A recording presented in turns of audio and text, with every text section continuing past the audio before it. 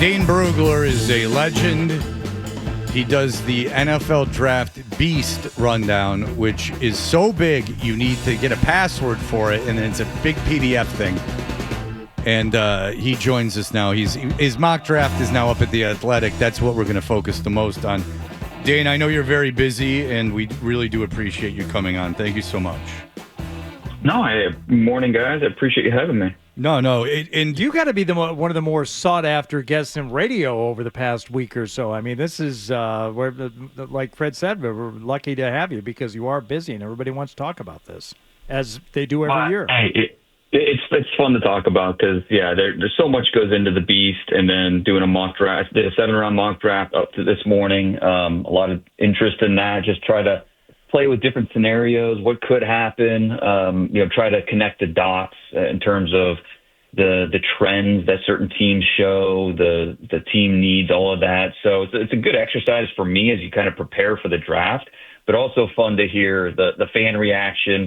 Not all of it glowing, which is great. That's what makes the draft. I like how they get mad at you for predicting the draft, as if you're playing 4-dimensional chess with their lives. Well, Dane, this ain't some AM station in Peoria, so bring your A game. I know if you're doing a lot of media, this is the big time, my friend, so buckle up. So the Beast, you go into such great detail. You cannot be the only one who's researching and writing that, are you? I am. It's a full year project for me. So, I mean, it's not like I start this, at the combine. This is like right now I'm working on 2026, just putting together, different things. It's something that is, I treat my job like I'm an area scout, and, I get a lot of help from scouts in the league who, they might tip me off about, hey, this guy has this story about him, or check out his background, or so I definitely have help in those regards. Yeah, and the best part about the Beast, I think, are some of those backstories, the draft nuggets. There's a Georgia defensive lineman this year who battles narcolepsy, and how there are times where he falls asleep during meetings, and he would love to take a nap during a game. It's just how he battles with that kind of stuff. Just all the different journeys to get to this point. We look around the league, and it's not just all 5 stars and first-round picks. It's guys that have had to battle. And, there's so many different ways to get to the league, and trying to shine a light on all those different ways, the different journeys. To me, that's the favorite part of the Beast. Well, it's fantastic, and I've complimented you every year, as I'm sure you remember. But let's get into your mock draft, because it is interesting. The Patriots fans are having this magical thinking as if Abdul Carter or Travis Hunter will land to them. But not only do you not have that happening, when do you have Shador Sanders going in the draft? When's he going in the draft according to what you think? Well, and that's going to be the wild card. If Shador does fall out of the top 3, which the Giants are the wild card here. I don't think the Browns will go quarterback at 2, but the Giants, especially with ownership, playing a big part in what they do there. That's still, you can't rule that out completely. But right now, just over a week before the draft, I'll say the Giants pass. They go a non-quarterback at 3.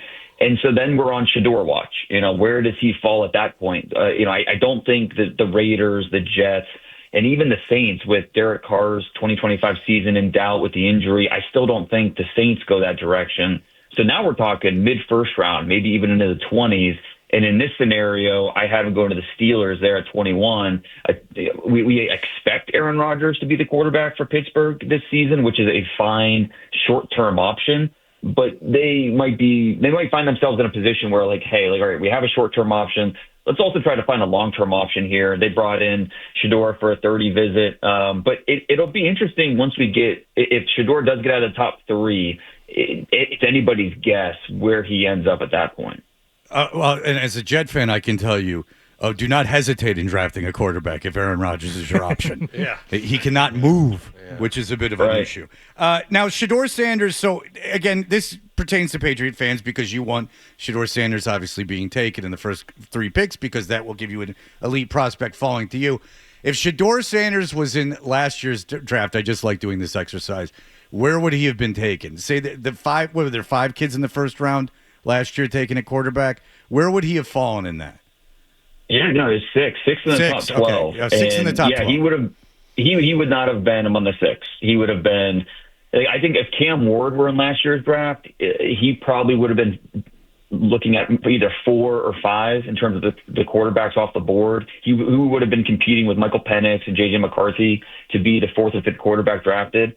And then Shador Sanders would have been somewhere well after Bo Nix. Bo Nix was drafted 12th by the Broncos, and Shador Sanders would have been well after that. It's just, would it have been late first round, early second round? There's just a lot of teams don't have first round grades on Shador Sanders, and that's, for whatever reason, it's become you have to love him or hate him. And I'm here to say it's okay to just like him. Sure. It's okay to say he is a good quarterback, but I can understand why teams would not want to draft him in the top 5 and believe that they have their quarterback questions answered. If you have a good infrastructure around you, you have good talent around you, he can start in the league and be a productive quarterback. But are you convinced he's going to be a top 12 to 14 quarterback in the NFL? I'm not. Most teams aren't. And so that's why I think we're going to see him maybe slip a little bit. But again, you never rule out the Giants because quarterback desperation is a real thing. And when you draft a quarterback in the top 10, it's as much an ownership decision as it is a general manager or head coach decision. And so I think the Giants are still just, we're over a week out. They're still trying to figure out, okay, we're going to draft a quarterback, but would it be a 3 or are we going to wait until 34, potentially maybe trade up from the second round into the first to go get whether that's Shador who's going to fall or Jackson Dart or teams love Tyler Shuck out of Louisville. Yeah, that's the new thing. It's a fascinating quarterback class, and it's kind of like a exercise in musical chairs. Yeah, it's the kid from Louisville. People I'm now hearing say he throws the best ball out of anyone out of these kids. He's also played 7 years of college, and he's going to be 26 years old. Well, he was healthy last year. All right, so look, I'm going somewhere with this. If you can indulge me, Dane, you don't have to get into specifics, but if we're going into next year, there's a reason I'm doing this. If we're going into next year in terms of the quality of quarterback that could conceivably be coming out, how much better, or is it better than what's coming out this year?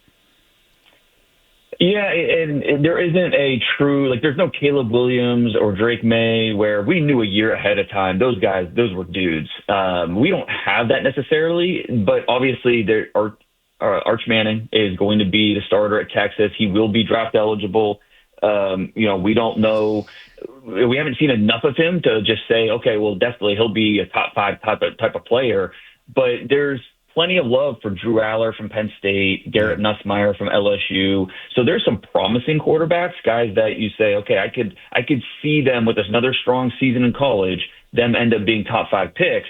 But it's not a slam dunk at this point, but I think it is a little more promising than what we have this year. Watch the Jets have the number 1 pick in Arch Manning, stay in school just like his, just like Peyton Manning did. Yeah. All right, so the reason I asked that is because with Daboll and the situation there with the general manager and Daboll, I'm wondering if they can sell it to Mara, if they can go, look, man, we just don't like anyone at 3. We were not comfortable with taking a quarterback. There's 2 elite prospects in this draft. We can get one of them and buy another year. You know what I'm saying? Give us this other year, and then we'll be in position to get a better kid. That's the only question that I would have. So let's move to the Patriots' actual pick. You have Will Campbell, obviously the tackle out of LSU. Very short arms. People are very upset about that. But people are kind of fading on him. You like him at number 4. Well, and I think after you get past those top 2 guys, talking about Travis Hunter, Abdul Carter, and we'll throw Cam Ward in there because we know he's going number 1 overall. That next tier of players, it's just it's a good group, but just not a great group. This is a year where you're just not going to feel like you're getting a true top 10 player if you're picking at 4, 5, 6. It's just relative to other years. So Will Campbell's a good player. And I think that because he played left tackle for 3 years in the SEC, gave up 2 sacks over his last 30 games, there's enough on tape that says he can do it. Do I understand some of the skepticism? Absolutely. It's more so the wingspan than the arm length. The arm length, I think, is 33. That's fine. That's functional. The wingspan's shorter, and that's where we just don't see, he's a very narrow rusher, and so that just lessens the room for error that he has. but he put it on film. And so I think that team somewhere in the top 10, Will Campbell's going to go. And for the Patriots, who have an obvious need at tackle, you can understand where they look at their options and say, okay, well, Mason Graham's a good player, but I don't think he's necessarily a difference maker. Ashton Genty could be a difference maker, but do we really want to draft a running back here? I can certainly understand where if they can't trade out a 4, they come to the conclusion that Will Campbell is their best bet. All right, let's talk about Genty because he is a running back, but how special is he? How an elite talent is he? Is he like a Saquon Barkley elite talent? Because he was taken very early in the draft, and now he's a huge star. Yeah, and Barkley was superior as an athlete, and we see that obviously on Sundays with the way he plays. But Genty might be the better in terms of some of the running back specific traits, contact balance, vision. Genty might even have the edge over Barkley there. I mean, he belongs in the conversation with guys like Bijan Robinson and Saquon, guys that have been taken in the top 10 in prior drafts. I think, some teams even compare him to LaDainian Tomlinson, especially because of his ability as a pass catcher. Wow. That's such a big part of what he does. Even though we didn't see it a ton this year, go back to the 2023 tape, and he was a big-time receiver for that team. And he's a guy that creates explosive plays. He had 5 touchdowns of 70-plus yards this year. That tied the FBS record, all-time FBS record. And he's a guy that creates so much yardage for himself because of the broken tackles, because of the way that he can get in and out of trouble so easily. He is a player that the Patriots have to consider at 4. I'm not going to say that he should be the pick, but you have to consider him there. So that's interesting because you're describing him, and other people do too. I mean, if you're comparing him to LaDainian Tomlinson, he's a potential Hall of Fame running back. And so it is interesting that if you think Travis Hunter and Abdul Carter at premier positions are the best 2 players in the draft, fine.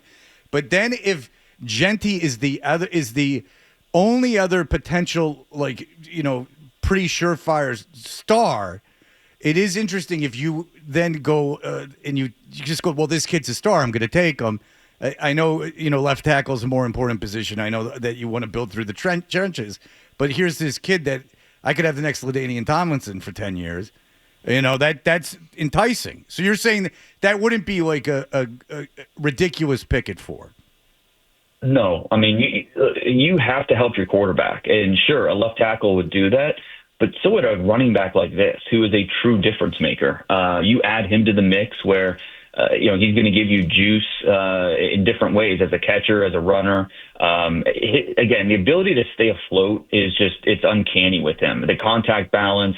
And I love that he doesn't predetermine his path. His reactionary quickness, his reactionary reads are special. And so no matter what the defense is throwing at him, he just finds these different ways to get out of trouble. And yeah, he did play against Mountain West competition, but you watch the Oregon game and he's doing some special things. You watch even against Penn State when the numbers don't look great, he was able to create yardage in that game as well. So he looks like a high-level running back from very early in his career because he has the contact balance, he has the run instincts, the versatility. So yeah, if I'm the Patriots, I'm having a long conversation about how he would fit, what kind of impact does this make for us compared to if we drafted an offensive tackle. Now, I do think it's not like a slam dunk because you still need to draft an offensive tackle, and the hit rate on offensive tackles in the second round is not great. It is below average. And so I think that factors into the conversation where running back, especially this year, running back is deep. And they don't even necessarily need a running back, but if they wanted to find a running back to kind of fill out the depth chart, they can do that in the 4th round and still feel good about the guy they're getting. So that's why in the mock draft, I went towards Will Campbell. And, I haven't done my final mock draft yet, but if I had to right now, I would kind of say the Patriots lean in that direction. But Genty makes it a conversation. Well, let's say the Patriots get an offer to trade out of 4. How far can they drop back and still get Campbell? I would guess he doesn't get past the Jets at 7. The Jets went offensive tackle last year with Olu Fashanu, but they could still use another guy at right tackle. As much as I love Elijah Vera Tucker, he just can't stay healthy, and so having more reinforcements on the offensive line, something I think the Jets would look at. Will Campbell, I think his floor is the Bears. Like, I don't think he gets past Chicago at 10. So, who knows? If the Saints really wanted a quarterback and you get a call from the Saints at 9, that would be, I think, a really good fit. Because even if you trade back to 9, I think you feel good about getting either Will Campbell or Armand Membu for the right tackle from Missouri, who younger, has maybe a higher ceiling, but a little more projection, where he hasn't done it on a consistent basis. He hasn't even played left tackle. He's a right tackle. So a little more projection with him, but it's still a player you think is going to make your offensive line better. In terms of the depth, you mentioned running back at wide receiver going into the second round for the Patriots, presumably picking at 38th. And I think he would be the 5th receiver off the board in Jaden Higgins. What's the depth like for wide receivers, and how good would that pick be for the Patriots if they do end up with Higgins there in the second round? Yeah, and I think it depends on which type of receiver you want. We know, like, this is a team that I think they feel good about Pop Douglas in the slot. You've got Stephon Diggs on the outside. So let's try to find that X, that outside receiver who can man up. And Jaden Higgins could potentially be that guy. I mean, he's a good 6'4", 215, runs well, tracks the ball well, former basketball player, and so you see that translate to the field. If he were to be available there at pick 38, I like that fit quite a bit in terms of the way he fits in the offense and what he can do to help give Drake May a bigger target on the outside, which I think they desperately need as part of that offense. And so this isn't a great receiver draft, but it's an okay receiver draft. I would say slightly above average, where you feel, okay, second round, third round, there's going to be at least somebody there for us. But hopefully you can find that X, the guy that can be on the outside, give you mismatches due to size and speed. And Higgins, he fits that mold if he were to be there at 38. All right, Dane Brugler, it goes without saying, he's the man when it comes to the NFL draft. The beast is something to behold. You'll have to see it for yourself to fully understand. It's like smoking DMT for the first time. You just got to do it. Yeah.